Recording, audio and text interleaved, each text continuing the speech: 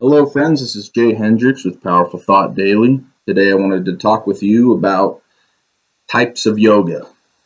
So, there are a lot of types of yoga, but I wanted to break down the main ones and what kind of yoga I practice and why. So, if in my previous videos, if you want to go take a look at them, I break down consciousness and personality as other and self. These two perceptions that we use to simultaneously use to see the world in a non-dual way. So, consciousness connects us to everybody, and personality is what we are. Well, what we are manifesting. What we actually are is the one non-dual perception of oneness being one pure thing, and that's you, that's me.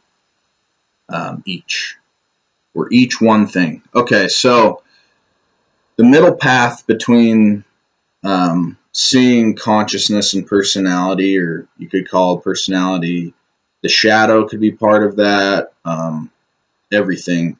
Go take a look at my other videos and this stuff will make a little more sense. Okay, so the middle path is blending these two, consciousness and personality, into one non-dual perception, and the middle path is refining the matter of the personality to increase its consciousness. So we're here to redeem matter. We're here to make a higher quality personality until it's one with who you actually are, your authentic self. Okay, so some of the most popular yoga paths, and yoga means union. Christ even says, "Take my yoke upon you," and that could also be translated as "Take my yoga upon you." Yoga, yoke means to unify. So you're unifying, one mule with another by yoking it. Okay, so the first one I would talk about is Hatha Yoga. Hatha Yoga it seeks to control the mind through the body. So it's a very materialistic, it's the most materialistic form of yoga, to control the mind through the body.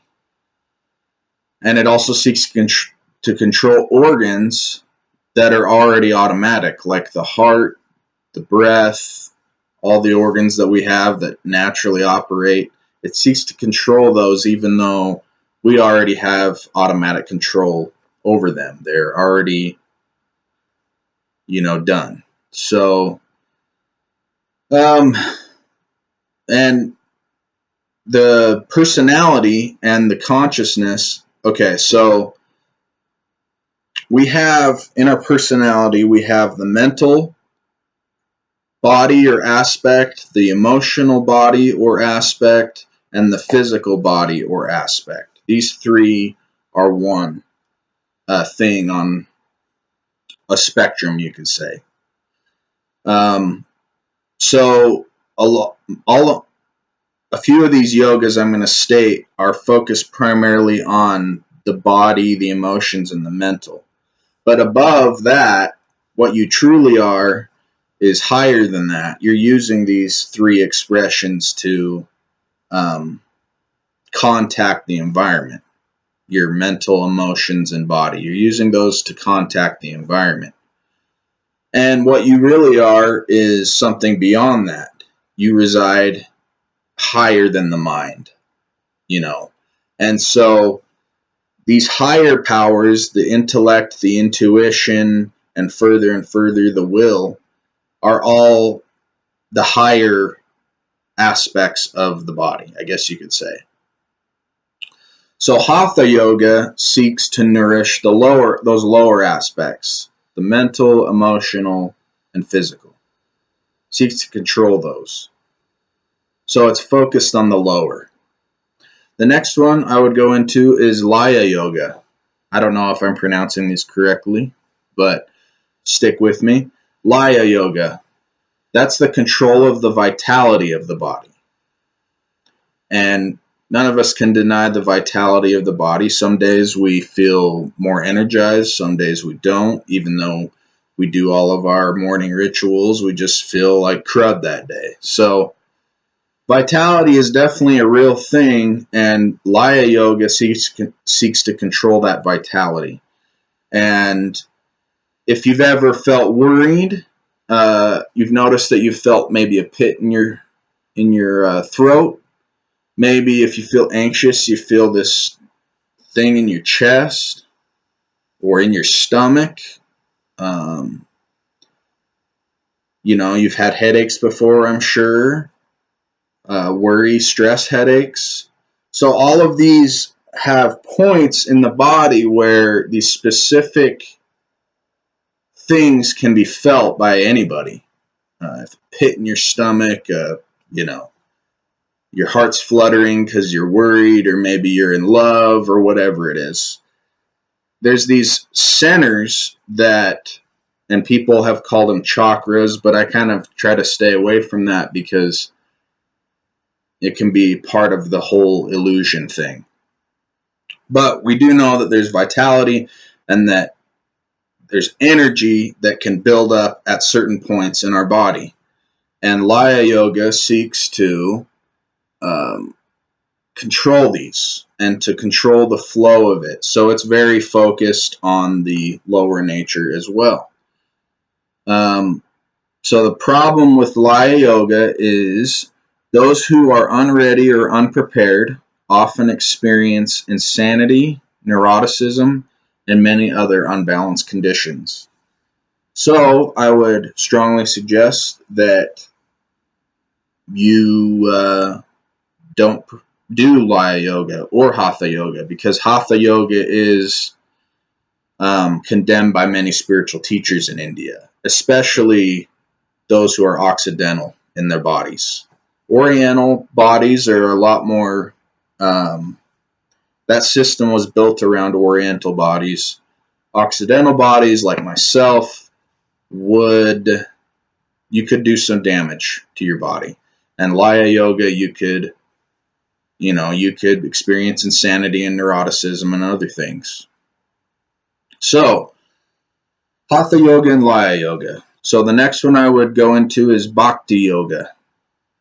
This directs the attention to the higher regions of the emotions. Now, you could say that the mental plane is the highest in this personality triad.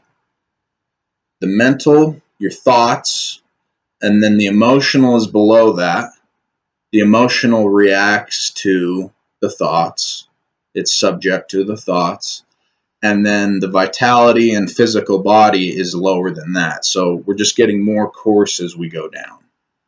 They're all matter. They're all bodies made up of matter. They're just that subtler, the most subtle is mental, coarser is emotional, coarser still is vitality and physical, and that's the one we can see with our eyes in normal consciousness.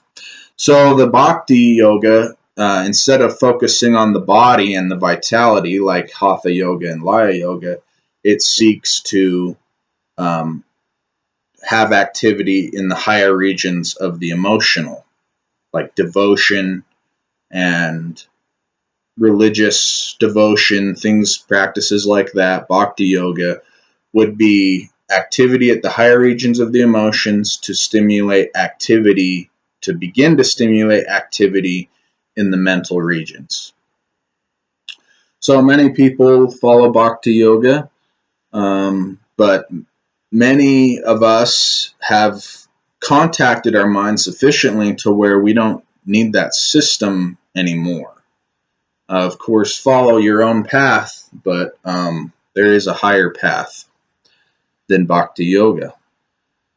So the good thing about Bhakti Yoga is it begins to stimulate the activity of the mind.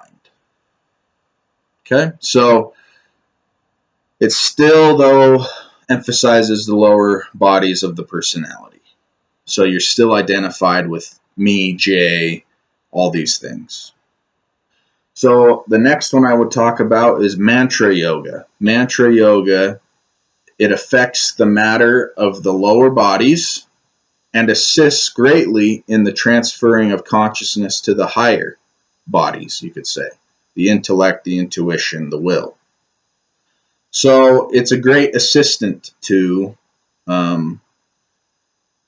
Raja Yoga, which would be the next one I'll talk about. But mantra yoga, I think, is the best one. Of course, it has its dangers as well, but you want to keep it really basic when you're beginning, and even if you're intermediate, you want to just keep it basic and then slowly learn things and try them for yourself. Mantra yoga could be, in its simplest form, could be transcendental meditation, and this is simply when you sit in a chair and for 20 minutes you close your eyes and you, in your head, in your thoughts, you repeat one word over and over and over for 20 minutes, and you just try to focus on that word, and you kind of look at it as like your mind is going crazy, but as you're saying this word and focusing on this word, it's almost like taking someone who's stressed out and all knotted up, and you go, all right, let's calm me down, and you take them for a run until they wear themselves out and calm down. You're doing that with your mind with this transcendental meditation. You just pick a word like shirim, that means thank you in Sanskrit. Shirim, shirim, shirim. You just, in your mind, you say that over and over and over to rein your mind in. And you don't worry about the craziness of your mind. If your mind wanders, you just go back to your word, and then at the end of 20 minutes, you'll be very energized, and it's very useful. Of course, don't do more than 2 sessions of 20 minutes each every day. You can definitely go too far and overstimulate yourself in meditation. So no more than 2 sessions of 20 minutes a day with transcendental meditation. And if that's too much, if it's overstimulating you, then you do 1 session. If that's overstimulating you, you find a different path that'll be less stimulating for you. So it helps to quiet, mantra yoga helps to quiet the lower mind so that the lower bodies are lighted up to reveal illusion and identification with the higher nature. So it's a good bridging yoga because it helps you stay and begin to contact the mind, and it also nourishes and lights up the lower aspects, the mind, the emotions, the body. So it does have an energizing effect, but you're not being stuck in illusion and ego and everything. So it's very useful, I think. That you can go really in depth with mantra yoga, and I would not go into depth with that unless you are studying carefully and maybe you have a teacher or a school that's teaching you things. Because mantra yoga can get very in depth, and you can overstimulate yourself that way too. So then the yoga I practice is Raja Yoga. Raja Yoga, it seeks to operate from the mental plane and to further the evolution of the intellect and the intuition and the will. And it seeks to control the lower bodies through the mind. So if you remember, Hatha Yoga seeks to control the mind through the body. And then Raja Yoga is the opposite. It seeks to control the body through the mind. So it's a top-down method. Consciousness is the awareness or mind aspect of the one life working in and with matter. So once you're practicing Raja Yoga, you're actually working with matter. You can see it from the top down. You can experience actual mental matter, actual emotional matter, and actual vitality and physical matter. And once you have discovered that pulse, that Om at the center of everything, which would be the Christ, the vibration, the thing that calms all things and the thing that eases all dis-ease, Once you contact that, you can construct better thought forms, thoughts themselves. You can call them emotions. You can call them the body and the vitality. So you're not actually seeking to control all these things, but you are seeking to calm all of these things from the top down. And then that opens the channel for inspiration to flow in, for revelation to be noticed, for further development of your life in this experience, and helping to bless other people. So Raja Yoga is the prime yoga to practice, in my opinion. It has the most utility. So, and then as you practice Raja Yoga, the quality of the body increases, and that's because the quality of the atoms increase. The atoms themselves become more conscious. And so this is a process of redeeming matter. This is what we're doing. We are seeking to find the Christ vibration to redeem matter, and to forget the self, or to forget the focus on the self, or to forget the identity with the personality, the part that we play, and become identified with the one that you are, the one unnameable observer, the non-dual perception. And when you have that, and you can practice going back to that, and you can live in that, you begin to nourish the atoms that make up your body. And you can have also an effect on others around you. And this process of redemption can take place. So that's all for today. If you are interested in any of these or learning any more, I would just suggest to look for yourself, to study on your own, to follow your own inner path, to find the books that you need to study, the things that call to you. That's the most important thing.